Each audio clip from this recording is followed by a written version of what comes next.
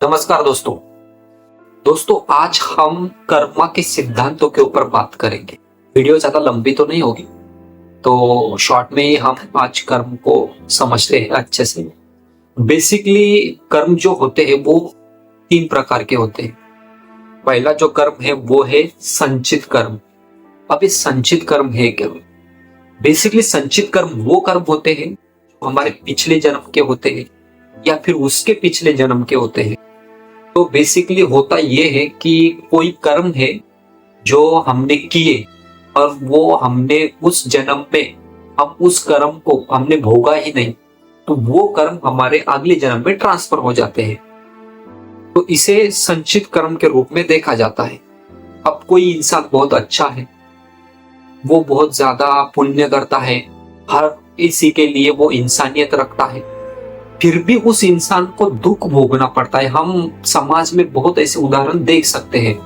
तो फिर हमारे मन में आता है, यार ऐसा क्यों हो रहा है? ये इंसान इतनी ज्यादा पीड़ा क्यों सहन कर रहा है? ये तो इतना अच्छा है, मेरे पापा इतने अच्छे, मेरी मम्मी इतनी अच्छी, फिर भी इन्हें इतना ज्यादा भोगना क्यों पड़ रहा है? तो बेसिकली होता वही है कि उनके कोई संचित कर्म रहे होंगे या हमारे कोई संचित कर्म रहे होंगे जो हमें इस जन्म में भोगने पड़ रहे हैं। लेकिन अभी हम इस जन्म में अच्छे कर्म करते हैं तो हो सकता है हमें इसी जन्म में उसका रिजल्ट मिले या फिर अगले जन्म में रिजल्ट मिले। अगले जन्म में अगर रिजल्ट मिलता है तो वो संचित कर्म में चला जाता है, ठीक है। और सेकंड होता है हमारे प्रारब्ध कर्म। प्रारब्ध कर्म वो होते हैं जो हम इसी जन्म में करते हैं और उसका रिजल्ट भी हमें इसी जन्म में मिलता है। बेसिकली हमने कुछ किसी के लिए अच्छा किया और हमें उसका रिजल्ट तुरंत मिल गया या फिर कुछ सालों बाद मिल गया, वो होते प्रारब्ध कर्म।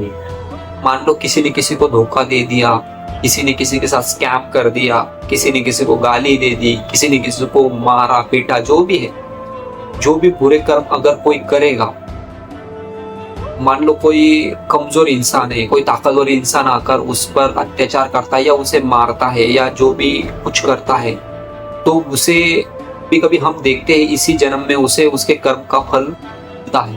तो यही है कि अगर कोई कमजोर खुद का प्रोटेक्शन नहीं कर सकता तो इसका मतलब ये नहीं है कि उसका प्रोटेक्शन करने के लिए कोई नहीं है, ठीक है। तो उसका प्रोटेक्शन ऊपर वाला करता है। ऊपर वाले ने जो सिस्टम बनाया है ना कर्म का, वो बहुत ही अच्छा और बहुत ही सटीक बनाया है। उसे इस जन्म में उसने जो पाप किए या फिर उसने जो कुछ गलत चीजें की, उसका भोगना ही भोगना पड़ता है। उसका फल मिलेगा ही मिलेगा।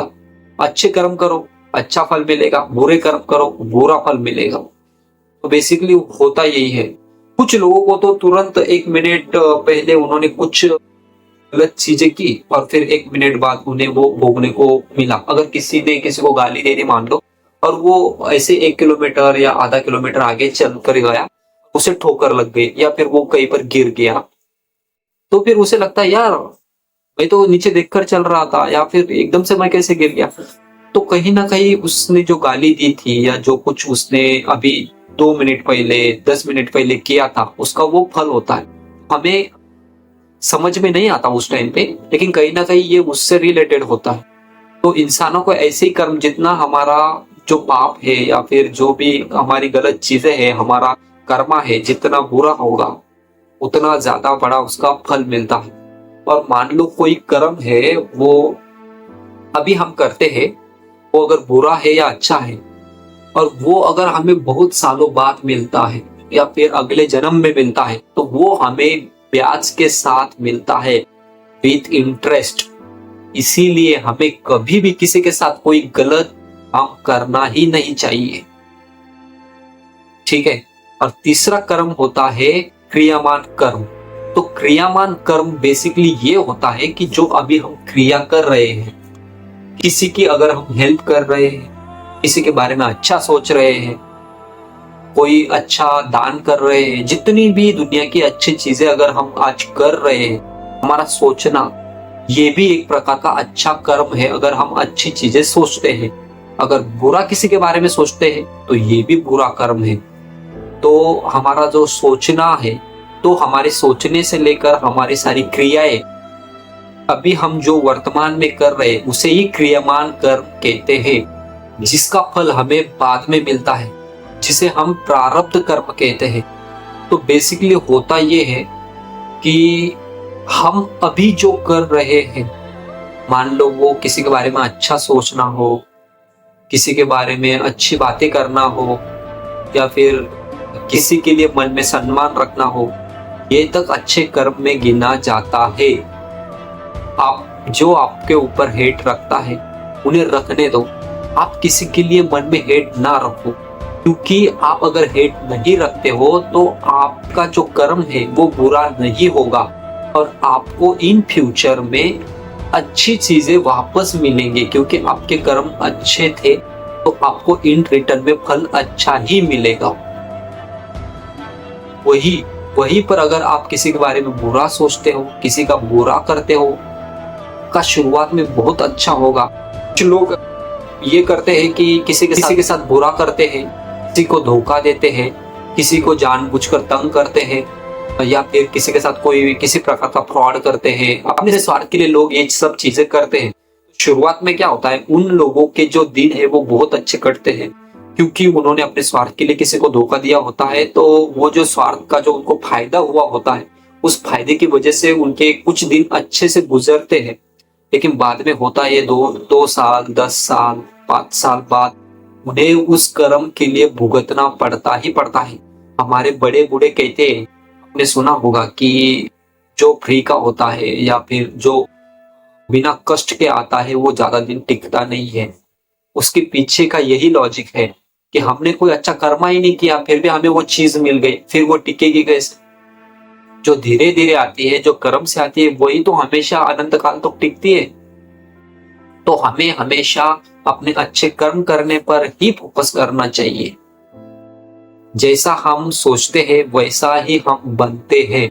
तो हमारी सोच जो है वो पॉजिटिव होनी चाहिए हर चीज की तरफ। कोई अगर हमें बुरा कहता है, कोई हमारे लिए अपने मन में ईर्ष्या रखता है या फिर हमें धोखा देता है, तो ये उसके बुरे कर्म है। उसकी वजह से हमें अपने कर्म अब नहीं करने हैं कि फिर हमें भुगतना पड़ेगा, और हमें भुगतना नहीं है। हम एक प्योर सोल है।